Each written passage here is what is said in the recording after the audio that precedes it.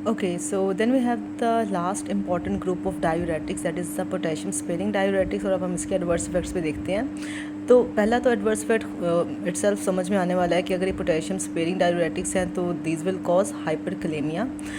तो definitely there is a decrease urinary potassium excretion, जिसकी वजह से हाइपरकलेमिया डेवलप हो रहा है। एंड दैट इज़ वाई हमें पोटेशियम स्पेरिंग डाययूरेटिक्स के साथ पोटेशियम सप्लीमेंटेशन कभी नहीं करनी चाहिए। इसके अलावा हाइपरकलेमिया किन कंडीशन में ज़्यादा डेवलप हो जाता है, अगर रीनल डिजीज़ है तो ऑफ कोर्स इस ड्रग की फिर एक्सक्रीशन कम होगी बॉडी से, तो अगेन हाइपरकलेमिया एग्जैसरबेट कर सकता है। और इसके अलावा अगर कोई पेशेंट ऐसे कोई ड्रग ले रहा है जिसकी वजह से रेनिन की एक्सक्रीशन कम हो रही है या एंजियोटेंसिन 2 की एक्टिविटी कम हो रही है, बिकॉज वी नो कि एंजियोटेंसिन 2, रेनिन, एल्डोस्टेरोन, इन सब ने क्या कराना होता है, सोडियम की रीअब्जॉर्प्शन को प्रिवेंट करना होता है, जिसकी वजह से पोटेशियम की एक्सक्रीशन भी ज़्यादा होती है। ठीक है, तो उस केसेस में अगर हम कोई ऐसी ड्रग दे रहे हैं जिससे रेनिन की एक्टिविटी कम हो रही है या एल्डोस्टेरोन की या एंजियोटेंसिन 2 की एक्टिविटी कम हो रही है, इसके नतीजे में क्या होगा, सोडियम की रीअब्जॉर्प्शन रुकेगी तो पोटेशियम की सिक्रीशन रुक जाएगी, तो अगेन हाइपरकलेमिया और ज़्यादा डेवलप हो जाएगा। तो हमने ऐसी कोई ड्रग नहीं देनी पेशेंट को along with potassium sparing diuretic. Plus हमें पता है कि just like all the other diuretics, अच्छा एक चीज़ यहाँ पे डिफरेंट है कि लूप डाययूरेटिक्स और पोटेशियम स्पेरिंग लूप डाययूरेटिक्स और थायराइड डाययूरेटिक्स में हमने एक इंपॉर्टेंट एडवर्स इफेक्ट देखा था कि उसके नतीजे में क्या हो रहा था, हाइपोकलेमिक मेटाबॉलिक एल्कलोसिस।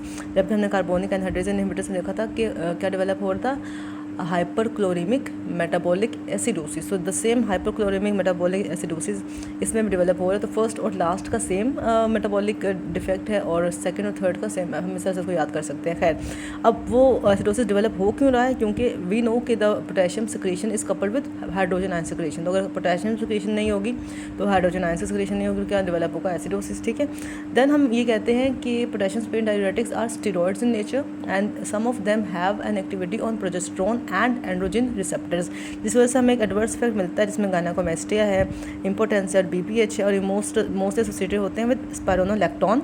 जबकि जो दूसरी ड्रग है दैट इज़ एप्लेरोनॉन, उसकी एंड्रोजन रिसेप्टर्स पर एक्टिविटी इतनी ज़्यादा नहीं होती है एज़ कम्पेयर टू स्पाइरोनोलैक्टोन, तो हमें इसमें ज़्यादा एंडोक्राइन डिसऑर्डर्स मिलते हैं।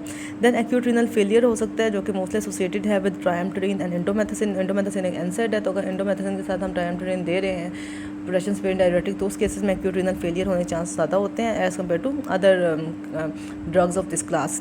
देन किडनी स्टोन्स बनते हैं। किडनी स्टोन्स क्यों बनते हैं, क्योंकि जो ये ड्रग है triamterene which is another potassium sparing diuretic, अगर हम ये देंगे तो दैट इज़ कहा जाता है कि it is only slightly soluble in urine और ये फिर स्टोन्स बना देती है। तो पोटेशियम स्पेरिंग डाययूरेटिक्स के एडवर्स इफेक्ट्स में हमें क्या क्या नज़र आता है, number 1 is the hyperkalaemia.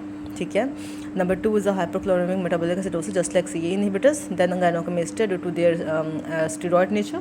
Fourth is the acute renal failure mostly seen with triamterene and indomethacin combination में जब देते हैं दोनों। ठीक है, और किडनी स्टोन्स कौन बना रहा है, अगेन ट्रायम्पटेरिन बना रहा है। तो ट्रायम्पटेरिन एक्यूट रीनल फेलियर भी कर रहा है, ट्रायम्पटेरिन किडनी स्टोन भी बना रहा है, तो ये हमें चीज़ देखनी है।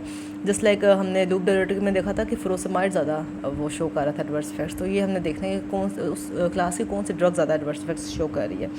तो that was all about the adverse effects और the toxicities of potassium sparing diuretics.